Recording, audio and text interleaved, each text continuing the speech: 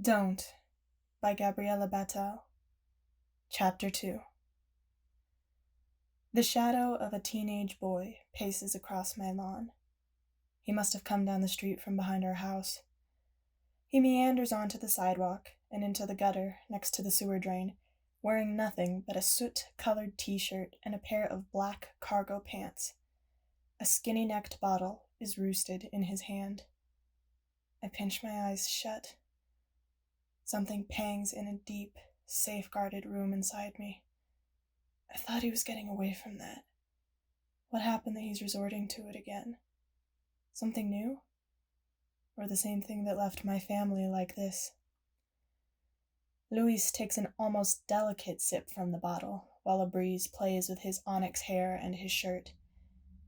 He stares across the street, but I can't tell what he's looking at, assuming it's anything specific. His narrow chest stretches in an inhale. When it collapses, a thick cloud of white releases from his nose. He tilts his head up in the direction of my window. I can't tell if he sees me, but I think his eyes clear up.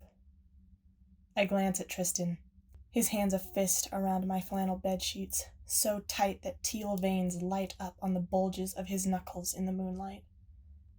It tightens further when, from outside, there's a shout, one I recognize even through the barrier. My hand clenches around my crucifix. My heart pulses irregularly as heat simmers in my jaw, my stomach, my neck.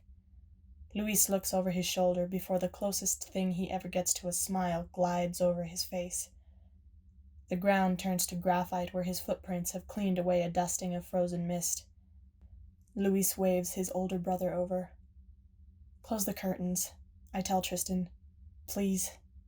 Just relax, Peyton, he says tersely. His shoulder blades are tense, his breathing stiff, his pulse stark in his neck. I frown. What's wrong with you? Tristan flashes me a sidelong scowl, just as a second shadow appears outside. I can't make out this one's features, only his stiff hair and a thick jacket, its hood glistening with condensation. His hands are in his pockets. The hands that I know pulled that trigger 4 months ago. He's speaking to Luis, and the next thing out of Luis's mouth must be a joke if his expression's any indication. Tony laughs, his shoulders shaking. Tristan's knuckles are white. I imagine his skin rupturing under the tension and releasing blood. My heart rate stammers and my vision crosses. I swallow a wave of dizziness, but it doesn't let me go.